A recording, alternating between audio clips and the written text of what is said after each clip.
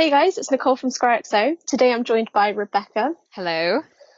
After the positive response from our Bioshock retrospective cast that we did not last week, week before, Yeah, the week before. Rebecca and I have decided to make this a somewhat regular sidecast. So huge thanks from us to those who kind of checked out the cast and kind of shared their thoughts on it. Obviously, before we get into the focus for this episode, after being told off for it last time, I just wanted to give the SquareXO website and Twitter some love. So you can check out all of our content at squarexo.co.uk or interact with us on Twitter at square_xo. Despite the summer dry spell of games, we're still managing to get the reviews flowing. Yeah. Obviously, Rebecca's Anamorphine review has actually been amended now. It has.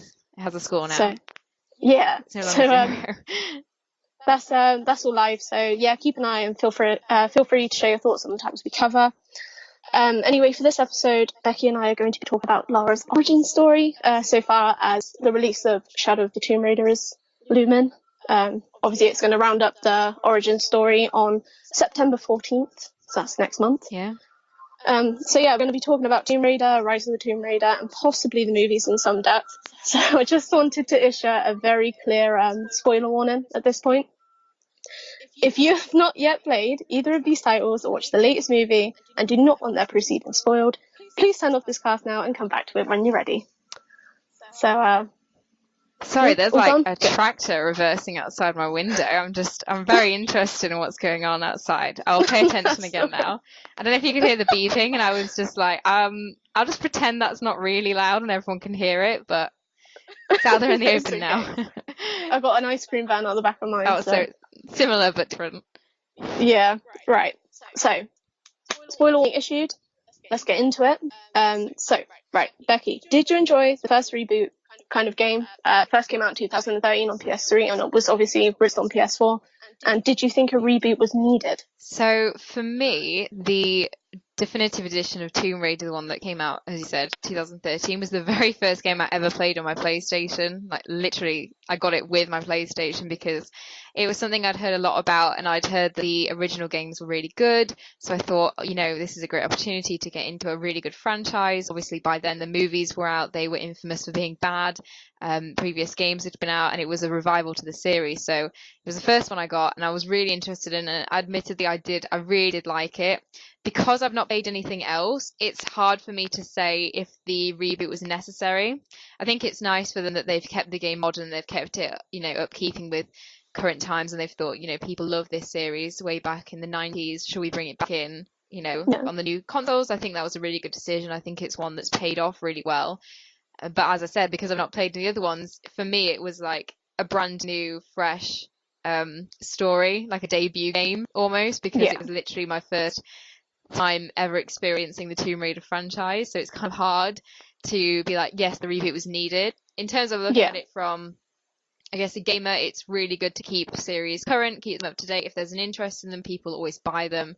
So I think, probably a really good idea that it, was rebooted, because I know we both have different opinions about both games, but the first one I loved, and I thought it was really, really good. And it made me it made me buy the second one almost immediately, because I just thought, oh, well, this is going to be the same sort of thing. We'll talk about that more in a bit, I guess. Yeah, definitely, yeah. But see, it's odd for me in the respect that obviously you weren't, kind of, Tomb Raider was a bit more thoroughly embedded in my childhood. Obviously where it was like more of something you indulged in more recently. I remember when I was younger and I fell in love with Tomb Raider: The Angel of Darkness on PlayStation 2. It was kind of like my introduction to the franchise. And I'd watch my stepdad playing it and I'd be screaming at the telly, telling him how to do all the puzzles because he had no clue. And I was like, no, this is how you do it. And kind of as I got older, I tried them out for myself. And I had them all on, I had like Anniversary, Legend, everything on PS2. And I loved them all the same. So I practically jumped at the opportunity to see the franchise portrayed in a different light. Yeah. I loved the Tomb Raider reboot, and I could not praise it enough. I love the story, the myth of Himiko, and the action that was just perfectly balanced with the exploration, like throughout the game. I thought it was really, really cleverly done. The setting of Yamatai was gorgeous and full of mystery, and I'm not sure if you agree or if it's just me, but I found that obviously as you uncovered more of the myth of Himiko, the island kind of grew to possess a really dark presence as you continued. and I felt like I wanted to explore everything, but I was also really apprehensive, which I liked because obviously it showed that the developers had kind of created a really unnerving atmosphere. I mean, I remember you on one very early in the game, you have to go and find your shipmates, and they've all been washed up on different parts of the island. And one of them, he's hurt his leg, and he's like, "Oh, my bag's in that wall cave over there." And I was like, yeah, "I'm not going in there. You're right. There's no way I'm going in there. I don't think so." And just really small things like that. Like it was raining in that particular scene, and it's very dark and it's very dingy. Obviously, you can hear the wolves howling, and you go in the cave. And you're just waiting for them to jump out on you, and because it takes such a long time for them to actually jump out, it's just horrible. There's bones everywhere. Just did not. No, that's what I found. Like obviously, like you said, it's the island at times can be really dark and dingy, and it doesn't exactly show it in the best light, but it definitely makes for a more kind of atmospheric experience. And I found that, like obviously in the instances where the main enemy were wolves, you'd find that 90% of the time they'd be attacking you before you'd actually seen them. Yeah. So I'd be like absolutely bricking it because I'd be like, oh my god, what's attacking me? Someone make it stop. And it'd just be a wolf like nipping at my leg. But it was really, really good. And I think overall I really kind of welcome the idea of the reboot. I think the movies and games alike, they've all but kind of created this iconic invincible treasure hunter we've grown to know and love. And it was kind of great to see that image flipped on its head as you were thrown into a really brutal title, which you were completely vulnerable instead of like able to do all these really cool like twists and turns, and you got your double pistols, and nothing's really scary in those games. But yeah, moving on to Rise of the Tomb Raider, what did you think of the sequel, and how did you think it measured up? So this is interesting because I know you don't like the sequel. Yeah, see, I don't mind the sequel. I played the reboot. I played the definitive edition in 2015 when I got my PlayStation. Yeah. No, 2014 when I got a PlayStation. And I loved it, but because Rise of the Tomb Raider was going to originally be, Xbox exclusive, I thought, oh well, I'll never get to play that. That's sad, but oh well, at least I've got this really good one to get on with at the minute. Yeah. So when it did eventually move to PlayStation, because it had been such a long time since I'd played the first Tomb Raider game, I was very, I'll get that in the sale, I'll get it later. When I did get it, I have to admit, I really enjoyed the first half of the game, I think. Yeah. Obviously, both games sort of feature a very heavy presence that's sort of, it's not human, it's sort of, is it godlike or is it some sort of monster? Yeah, supernatural kind of thing. Yes, that's the word I was looking for. I could not find that. So I think in the first one it was implemented better, and in the second one it just sort of felt like I was running around fighting these guys, with blue eyes, and that it just felt a bit more like, what am I doing? No, I know what you mean. And I think also because in the definitive, like you were saying, Lara Croft is so vulnerable. In the second one, she doesn't feel as vulnerable. Yeah. And it almost makes it feel like it's not as much as a challenge because you've already got all the weapons, you've got all the ammo, you're really skilled with the bow. When you're sneaking around, I remember there's one city in particular in Rise of the Tomb Raider where you're under the ice and you have to destroy the gate.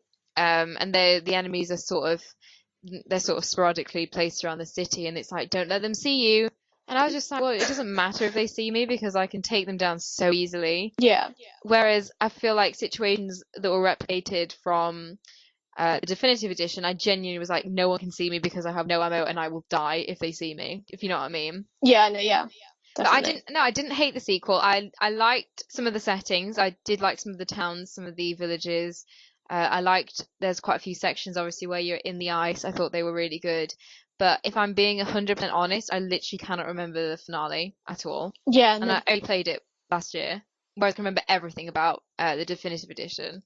Yeah. No, that's like literally, that kind of brings me on like my main issues with it. I mean, I was really, really excited for the sequel because, like you say, like I rushed out to buy it just because I was so thoroughly impressed by the reboot itself. I was like, I need to play more of this, and I was so excited that obviously it was a timed exclusive, and that brought so many issues. I get it was a marketing thing, but I thought it was wrong nevertheless, and I was really gutted that I didn't get to get the game on like from the beginning. So I didn't want to play it on Xbox. I needed to play it on PlayStation to kind of make the experience more fluent, if you will.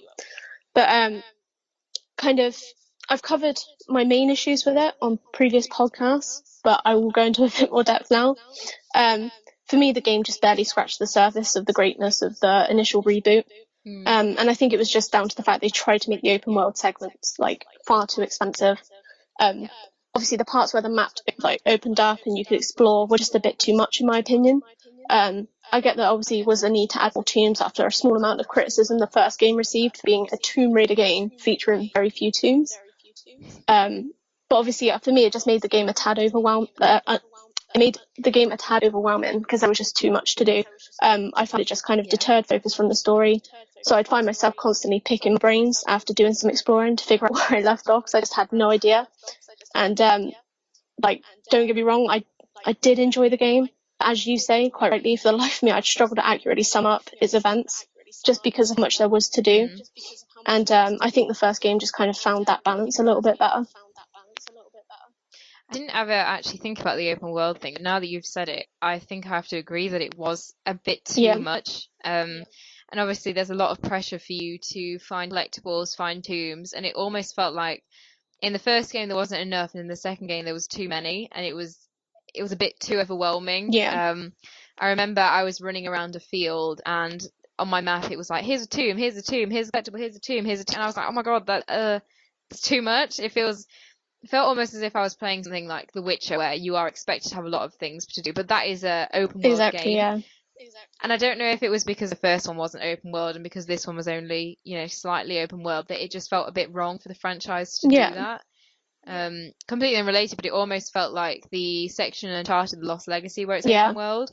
I think because it's an Uncharted game and you're so used to it being linear, when it moves to something else, it feels a bit alien. Doesn't quite feel right. That was a problem I had with it as well. I just thought it was too much.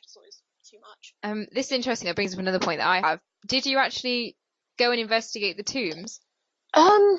Honestly, I probably haven't touched upon half of them because I found that I explored the first couple of sections and I just found that I was coming back to the story and I just wasn't enjoying it. I wasn't involved in the story because I'd been away from it too long. So I come back and I kind of felt like the Trinity thing overshadowed it as well. It overshadowed like this.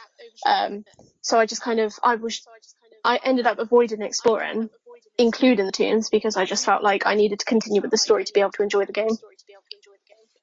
Yeah, I mean, even in the first game, for me, I don't think I explored too many tombs. Really? I think I went into... Yeah, do you remember that there's a tomb in the first one where it's really windy? Yeah. That's all I can remember from it, and I just couldn't do it. It really frustrated me. I didn't know how to figure it out, so I left in a huff. Oh, no. But I think in the second one, I did one tomb where you have to change the water levels and you have to keep moving barrels. And that was annoying. Just remember it feeling very samey.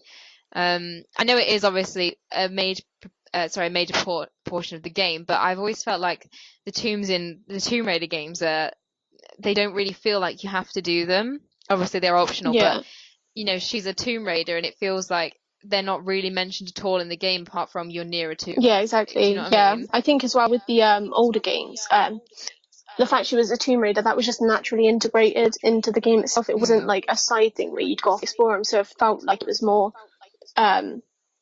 it felt like it was actually a part of the game as opposed to like a singular part of the game. It made the game feel like a whole with the tombs as opposed to just an optional thing, which I think I preferred that in a sense.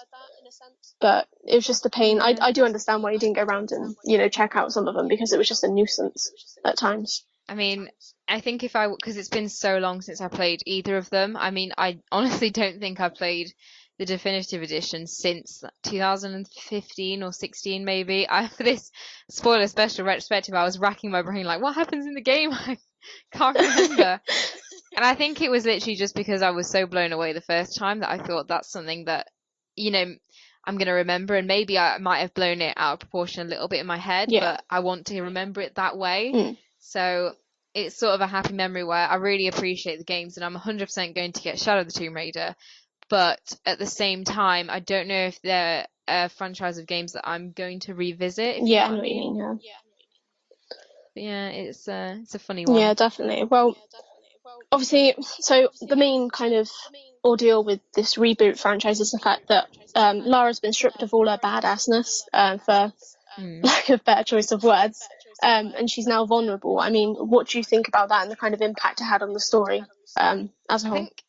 The opening of the first one is amazing, where you I can't remember. Oh yeah, the ship sort of.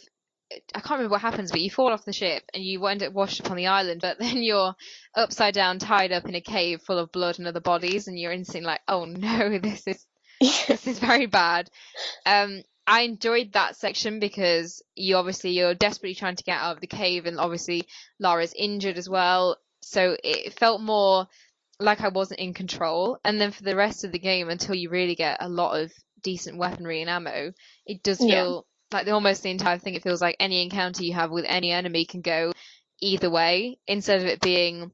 I just felt like in Rise of the Tomb Raider, it felt more like any fight I had, I was going to come on top, if you know what I mean. Yeah. Whereas in the Definitive Edition, I really felt like I was a human who had natural weaknesses and natural strengths. It almost feels like, obviously in these movies and in the earlier games, she's just immortal, she's invincible. Yeah. In this one, I liked that it was a little bit more close to home. She would, she died a lot. I don't know about yours, but mine died a lot. Died a lot. And some of the death deaths are scenes. really, really intense. Very The tree much one so. in particular, where you're, oh my god, impaled. Yeah, that's lovely. But yeah, it felt like, I don't know, even with stuff like that, when obviously she's in the plane and the plane's going down and she's really struggling to get the parachute open. Even with things like that, it felt like she didn't know everything, if you know what I mean. Yeah, it's nice. I think the thing is, in video games, especially video games made a few years back, all the protagonists were made to be superheroes. They had no weaknesses, they know how to do everything. So it was kind of refreshing seeing like a real human protagonist who struggles and isn't adept at everything. And you're fair enough, he's good at some things. Lara Croft's always been painted as someone who's amazing with a bow and arrow, but then she doesn't have the same skill set that say other protagonists would have. So I enjoyed that. But as I've said, I do think that in Rise of the Tomb Raider, I felt like I had a lot more power and a lot less vulnerability. So maybe that's why the game didn't resonate with me as much. But I don't know. What did you think about it? I have to completely agree with you in respect to Rise of the Tomb Raider. I think a lot of that impact from the first game was and that ability to resonate was removed in Rise of the Tomb Raider because they made her more capable. Which obviously it does kind of instate some doubt about when it comes to Shadow of, because obviously it's concluding her story and she could have only have got stronger. But I've loved the portrayal of Lara across the reboot, and I mean, credit to Camilla Luddington for her kind of outstanding performance throughout. Not only does it kind of, as you say, it brings a degree of freshness into the franchise, and it makes it a little less predictable. But it just enhances the overall standard of the game. Lara's more human. She doesn't just dodge bullets with like graceful backflips and stuff. She kind of suffers wounds, and it affects her ability to proceed in the game. And I think in turn that kind of adds a level of immersion and just constitutes a much deeper and believable story. Obviously, you feel like as well, I think there's a heavy focus on character development in the Tomb Raider reboot. So obviously you're on this journey with Lara as she grows. And obviously I think one of the key moments for me is, at the start of, it's near the start of the game, where she first, this is in the initial reboot, at the start of the game where she kind of encounters her first group of proper enemies. And she has that moment, the very key moment where that guard kind of makes some sexual advances. And you can feel her morals kind of battling out. She doesn't want to kill this guy because that's morally wrong, but equally her life is at risk. And obviously you see the way it changes her. Like, she's not just okay with killing someone like she would have been way back when. And it makes her feel sick and stuff. And it's raw vulnerability. And it makes for such a more powerful game. And I am sad in a way that obviously, although it coincides with her character development, I'm sad that it wasn't more present in Rise of the Tomb Raider. Yeah, it almost felt like, she killed that first guy and she was really changed by that. But then the second, third, fourth, she's just like a maniac with a gun. She just sort of took to killing like a duck on water. It was almost like it's part of what she is.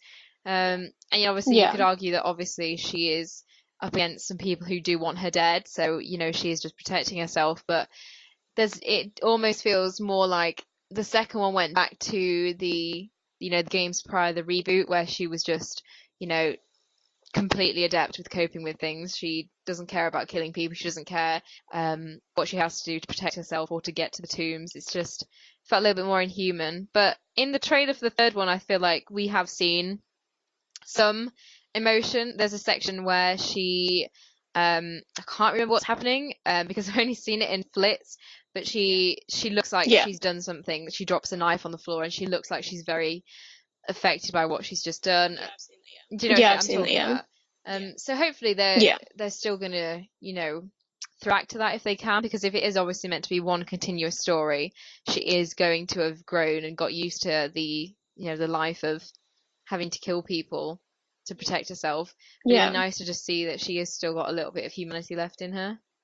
I think it would definitely kind of round up the series on a high note as well, if it was one of those games that resonates and you're not just going to be like, oh, the series is over and quite frankly I don't really care because the game had no impact.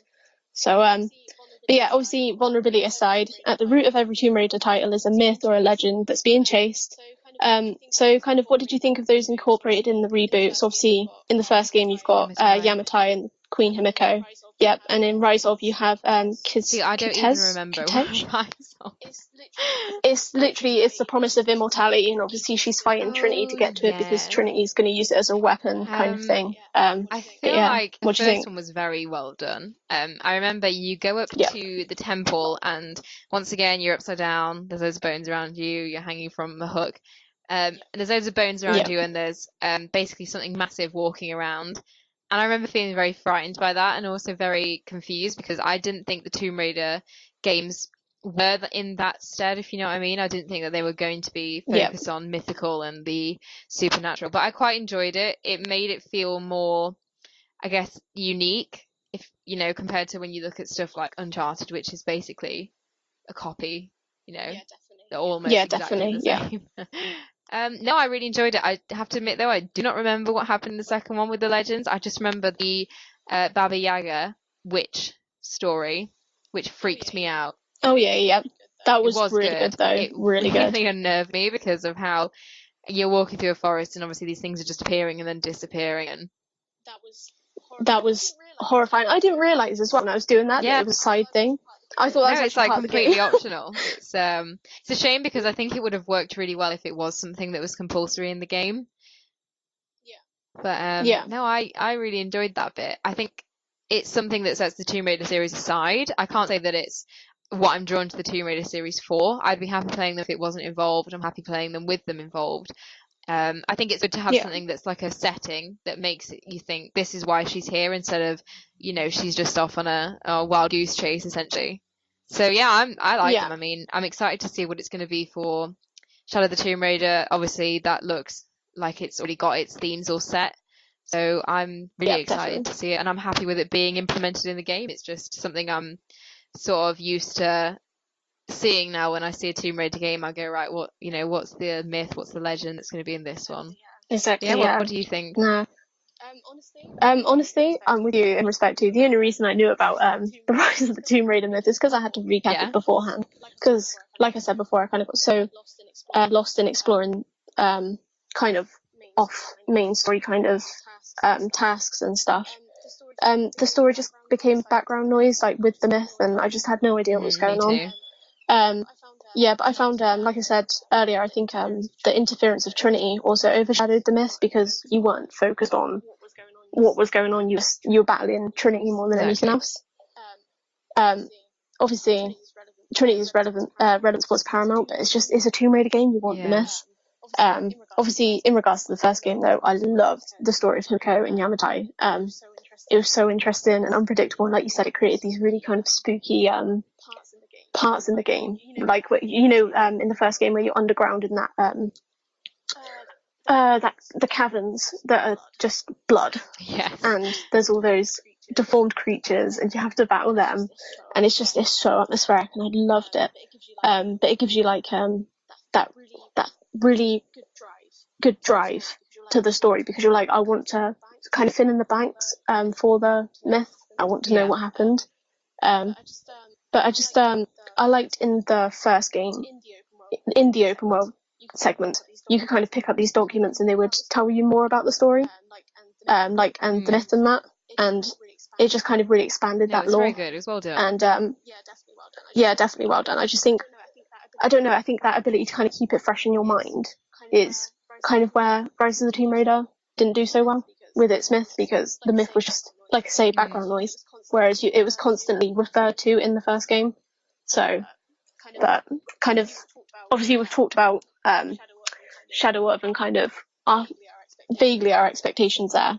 So what do you hope to see from it? I want it to be really dark, which I think it looks like it's going to be. I think, obviously, if they're doing this as like a trilogy, it needs to have something that's memorable about it, or it needs to learn from what it did wrong with Rise of, because I think we're not alone in thinking that Rise of was a pretty meh game, if you know what I mean. You know, it had potential, and then the execution just let it down just a little bit. I mean, it's still a good game, and it's still a game I'd go back and play again if I, wanted to replay the three of them. I'd play them all again. But I feel like it just lacking something. The definitive edition had, really good story, and the combat was amazing. And it was so fluid. I remember one section you're sort of just jumping from, everything's falling, and you're just jumping from rooftop to rooftop, desperately trying not to fall, and you don't even know, what buttons to press. It's all, you're just mashing everything, trying to hang on. So I really remember that, and I just think that it needs to have something that makes it stand out. And I know I talked about this on my Twitter, and no one else seemed to agree with me, but I thought the graphics they showed off at E3 were a little bit PS3-like. I hope that was just, I don't know, if they rushed to do a trailer or something, because when they showed the gameplay, I was really impressed with that. But the initial trailer, it just, to me, looked a little bit dated. So I'm almost 100% sure that, the graphics will look gorgeous, but I'm just hoping that the graphics are, as they are for the other two games, if not a little bit better. Because when I watched the trailer at E3, I was kind of like, is that my internet, or is that my screen, or am I imagining things? Because I just thought Lara Croft looked a little bit, I don't know, like very, very PS3 graphics. So I was a bit confused, but I almost 90% imagine that is something that is going to be, absolutely fine, not a problem. But I just want a really dark story, like something that really shocks me, I think, something that will stay in my mind. Yeah. But what do you think? What do you want? Well, I'm really hoping now. I didn't think I paid that much attention in the trailer. I don't know. If it's got PS3 graphics, I'll be I was well looking good. at it, and I was texting everybody, and they're like, "No, it looks fine." I was like, "Am I seeing things?" No. Well, yeah. Here's to hoping. But honestly, I'm just kind of looking for a game that upholds all the kind of quintessential Tomb Raider elements, but with a little less focus on open world aspects. I mean, I want there to be less deterrent from the story, so we're talking kind of small open world bits, as featured in the initial reboot. So our eyes and ears can kind of remain fairly on the story, which I also hope, like you say, is like dark and mind-blowingly good. Because it's concluding the series, it's got to be good. But I'm not holding my breath, which is not a pun, because from what I've read and seen, obviously Shadow of incorporates a more expansive underwater exploration thing, which to me screams even bigger open world segments, which really bothers me, because that is going to be such a bummer if you can't focus on the story to the ends of series, because there's just too much to do.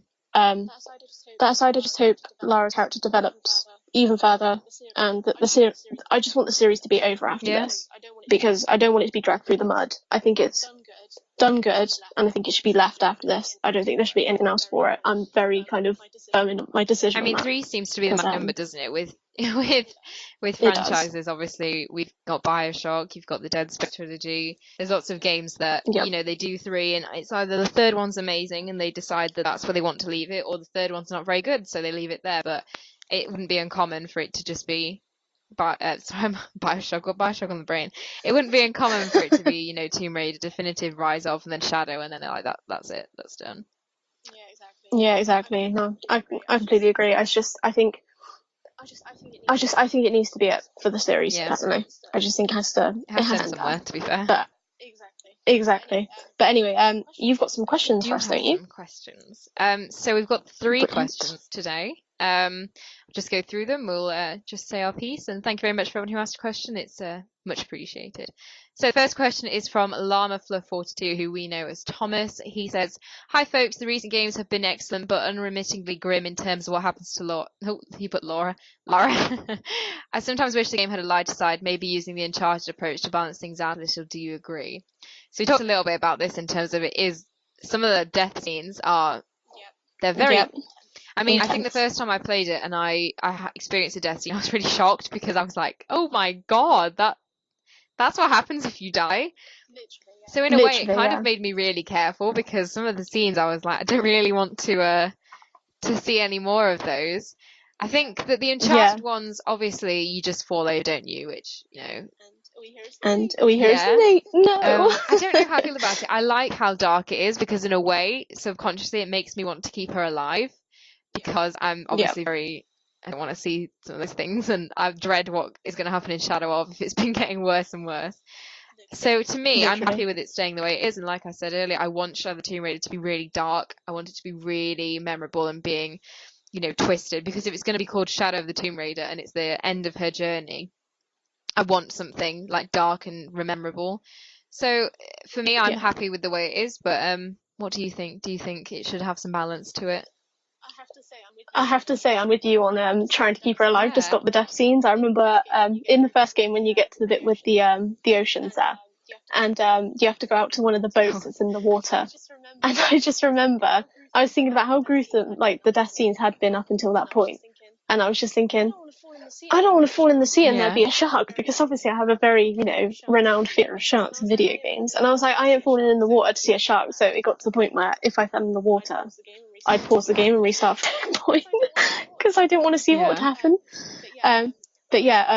Honestly, I kind of think the brutality in the games and like the grotesque death scenes to the awful things that happen to Lara is so important in defining the game and giving it an original identity. I think you pack it with humour and it's an Uncharted tone, tone down the cruel harshness of it, and it kind of sinks back into the more iconic rendition of Lara. That's the problem, isn't it? Being a clone.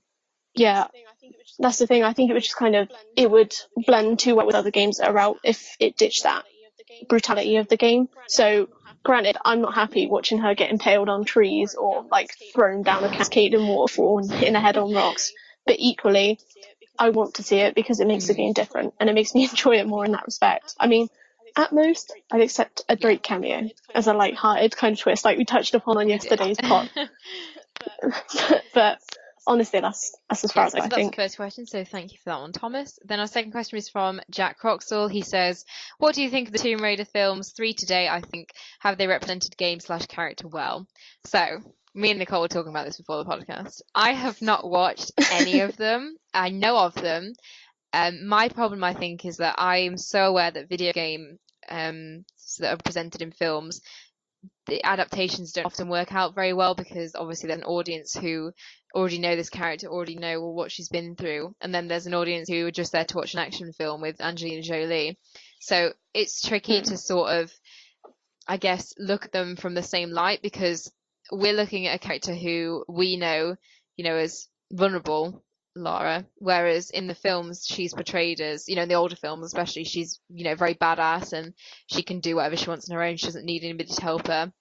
But honestly, just because of I just know they got extremely bad negative reviews.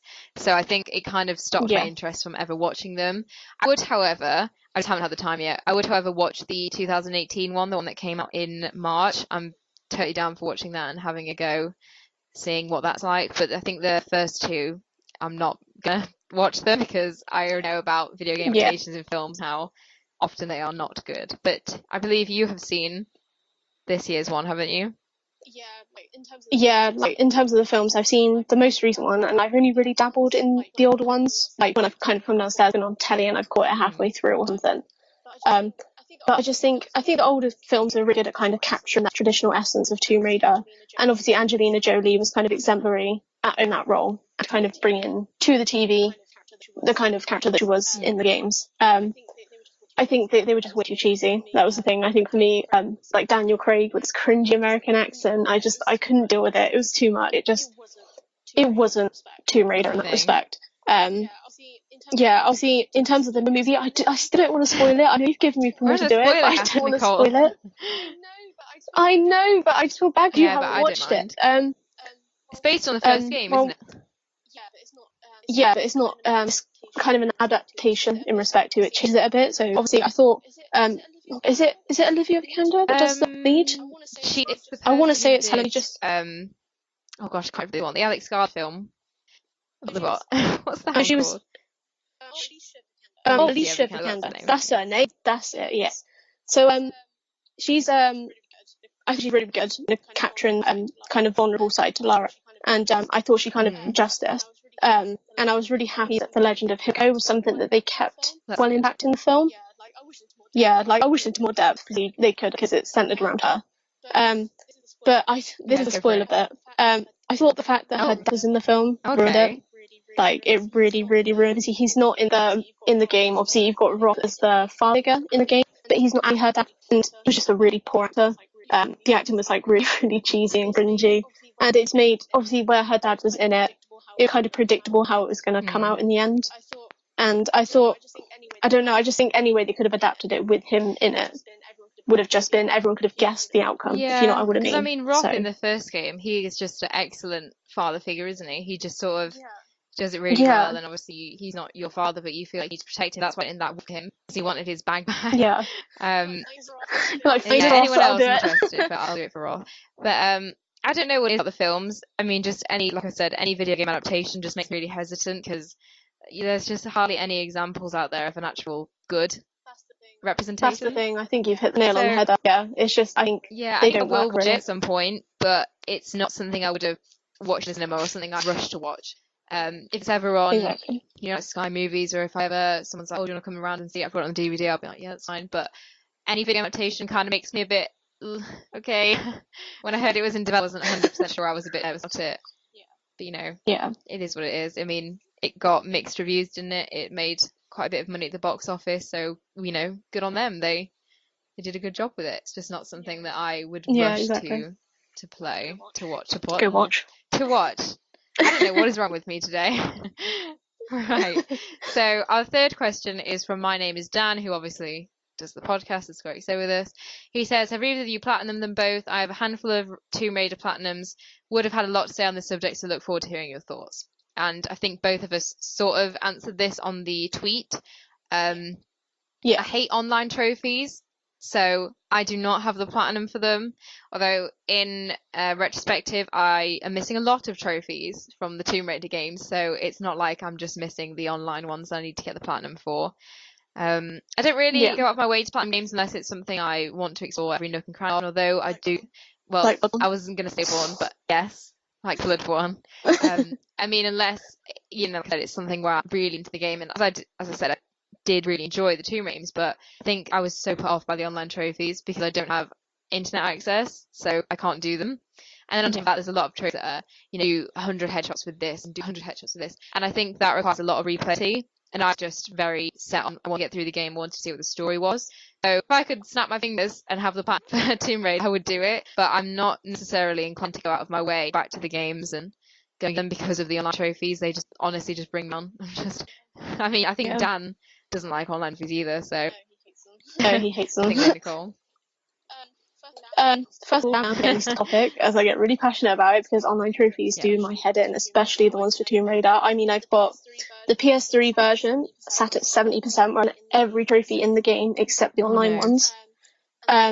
And the PS4 version, which is sat at an even worse and even more antagonizing 95%. What? No, you have to do that. Because that's the trouble is, like, obviously where the multiplayer servers are so dysfunctional now, the only people that are on them are people that play the game like every single day, or people that have hacked them and kind of they've got like buffs and stuff. And so the trouble is, like, you can do the online trophies in a private match, but the only trouble is you're looking at spending like so many hours doing it. I spoke to my stepbrother a while ago, and he loves getting trophies as well, but he's not got the platinums for them because he's struggling as well. So we thought, let's make a pact, we'll get it together. And we were sat there for about 4 or 5 hours, and like one of the trophies is you have to get up to like level 60 in multiplayer. Really? And it's just insane because you have to either do like a salvage game mode where you're taking batteries to a certain location and picking up salvage on the way, and you just, even though that is the most effective way to level up, it just takes too long, and I just can't muster the energy to it at the moment. And regarding Rise Of, I haven't even attempted the plat as of yet because I'm not sure on its difficulty, but it looks to be a lot of kind of replay and levels, which is a shame because obviously the Tomb Raider trilogy that came out on PS3 that had Legend, Anniversary, and Underworld, the platinums were really easy, and like, you know, I'm trying to find the time to go back to do those, and it's just a shame that they had to incorporate all these really annoying online trophies because it stunted so many people doing that part. Tricky, isn't it? I don't think anyone likes online trophies. Does anyone out there like online trophies? Please say if you do, but I just feel like it takes away from the game, because I feel like if you're getting trophies for something towards a platinum, it should just be the game. It shouldn't be, you know, some sort of raid mode or some sort of code that's outside the game. And since you brought it up, Nicole, let's talk about Bloodborne for a little bit. Obviously, that has an extensive co-op mode, but there's no trophies whatsoever for co-op mode. The trophies are in-game trophies, which means that it's accessible for everybody. I think that's because it means that you can play the game, you're getting the trophies or the reward for exploring the game. Obviously, the online and the co-op ones are more of a incentive to play online in a way. So it's tricky. It's not something that I don't think I'll ever see getting online access and a PSN membership just to get trophies. I think pointless. Yeah, that's the trouble, because I remember, like, the trouble is with a lot of servers in that respect. Like, obviously I platinumed most Ratchet and Clank games, and you go to Force, and Force you have to get a couple of online trophies with it, and they don't offer the server maintenance anymore, just leave them for devices. It's so hard to get trophies. It's ridiculous. If I put them in there, you're not going to continue maintenance to make sure people can achieve them. There are people that kind of sentiment mean into that platinum, so it's a pain in the bum. Fun. I say much more, but I will hold it back. We won't do that. That's it though for questions. So thank you for everyone who asked a question. When we do meet retrospective spoiler session in the future, we'll put a tweet out saying, do you have any questions? Do you have any thoughts? If you have a raw, just put them on the bottom of the tweet and we'll come out when we do our next spoiler special / retrospective, which we will tweet about some point this week. Nicole, is that right? Yeah, definitely. Yeah, we'll do that, and it's a surprise until then. So yeah. Awesome. Right. So really good questions, as Becky said. If you would share your thoughts on Lara's origin story, you'll find on Twitter. Becky and always around to kind of discuss thoughts on that. And, you know, we get a kick out, don't we? We love stuff. So. Yeah. But yeah, with that, it's time to wrap up. Obviously, we have plenty of retrospectives up, as Becky said. Keep you well informed. If you have ideas or specific games you'd like us to talk about, just get in touch and we'll consider them. Obviously, provided we played them. Or if it's something you could dabble in, we can play it for a bit. We talk about it there. But hopefully at some point too, so our video, the sidecast, because we are going to, you know, continue doing this going forward. If not, we can get some gameplay going in the background or something, so it's not just feature image on YouTube. But yeah, anyway, thanks for listening, guys. I hope you enjoyed, and catch you all next time. Bye.